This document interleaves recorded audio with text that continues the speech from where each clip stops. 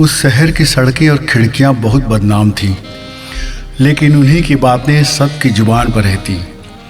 वो शहर हुस्न की परियों का शहर था और सारे जहां के मर्द यहाँ आकर ऐश करते थे।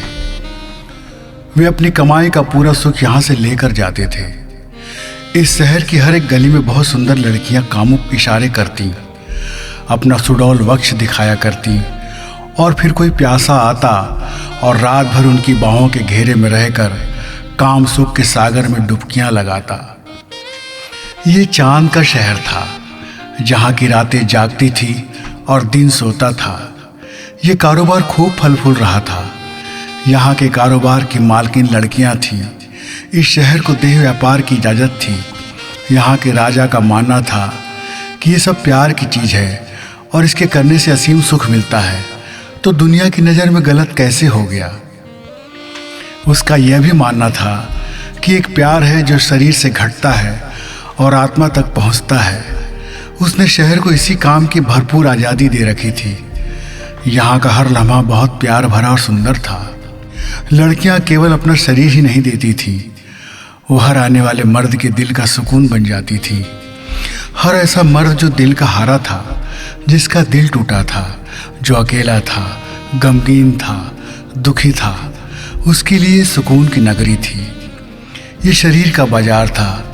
यहाँ मुंह बंद कर काम करने वाली लड़कियों की कीमत ज़्यादा होती। ये जो तंग कपड़े में सजी पुतलियाँ थीं, जिनके अंगों को उभार कर बहुत उत्तेजित करने की दुकान सजी है, इसका मकसद ही है कि औरत को इतना कामुक बनाओ कि मर्द उस पर दौलत लुटाने को मजबूर हो जाए। आखिर बाजार ही तो चाहिए। यहाँ सारी दुनिया के मर्द आते, अपने शरीर की प्यास बुझाते, या कह लो कि काम क्रीड़ा में नवीनता की चाह लिए वे चले जाते। सेक्स वही होता है, लेकिन उसे बदल बदल कर दूसरों के साथ आजमाने में ज़्यादा मज़ा आता है। वो भी शहर के स्ट्रीट पर घूमते हुए बहुत सी जिंदा मैनीक्वीन देख रहा था और पहली बार आया था। उसके दोस्त ने, जो एक ट्रैवल कंपनी का संचालक था, वो उसे यहाँ की रंगीनी दिखा रहा था। स्ट्रीट से गुजरते हुए सुंदर लड़कियाँ आमंत्रित कर रही थी। सब मोल भाव कर रहे थे जिंदा गरम गोश्त का।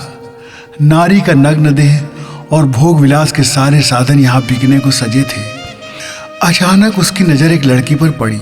वो बहुत सुंदर थी, किसी चीनी मिट्टी के पुतले की तरह लग रही थी, एकदम सफ़ेद। वो उसके पास चला गया। अंग्रेजी में थोड़ा बहुत बात करके उसका मोल पता लगाया तो उसने एक रात का 2000 बताया।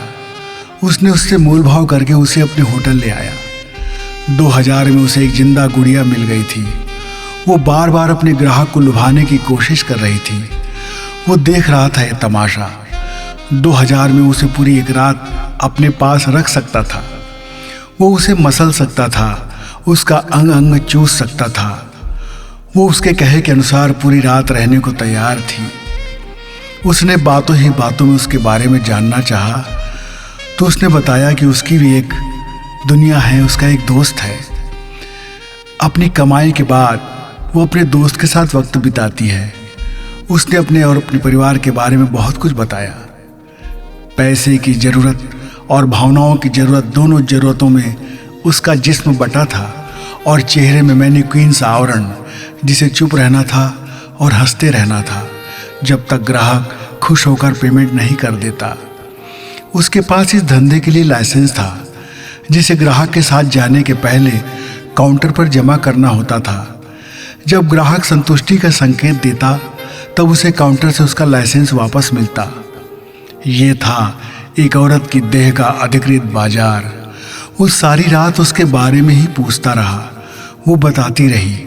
वो अपने कपड़े उतार कर तैयार हो रही थी, पर उसने उसे मना कर दिया। उसने उसे काफ़ी पिलाया और वे बस बातें करते रहे। ये उस लड़की के जीवन में पहला ग्राहक था जो उसे छू भी नहीं रहा था, बस बातें कर रहा था। उसने उसके बारे में सब जानने के बाद उसे 2000 रुपये देकर विदा करना चाहा, पर उसने भी भावुक होकर पैसे लेने से इनकार कर दिया। उसके जाने के बाद वो सोचता रहा कि प्यार और पैसे का मेल कभी नहीं हो सकता। पैसा किस तरह दुनिया के हर कोने में इंसान को पुतला बना रहा है। सारे धंधे में औरत भी एक मोल भाव की चीज बनकर बैठी है। उस मैनिक्विन यानी कि एक सजी हुई प्लास्टिक की पुतली और इस औरत में आखिर क्या अंतर था। आदमी यानी कि मर्द को जिस्म चाहिए और वो उससे जी भरकर खेलना चाहता है, फिर भी उसका मन नहीं भरता और इसी प्यास की खातिर वो उसकी ज़्यादा से ज़्यादा कीमत देने को तैयार रहता है। पैसों के लिए वो लड़की उसके साथ सोने को तैयार थी, लेकिन सच ये भी था कि 2000 की कमाई के लिए वो केवल अपना जिस्म दे रही थी और कुछ नहीं। एक बाजार बन चुकी दुनिया को देखकर वो सोच रहा था, जब तक औरत का बाजार रहेगा ये मैनिक्विन भी सजी धजी खड़ी रहेंगी, मर्द इसकी चाह में भागता रहेगा, बाजार सस्ता रहेगा।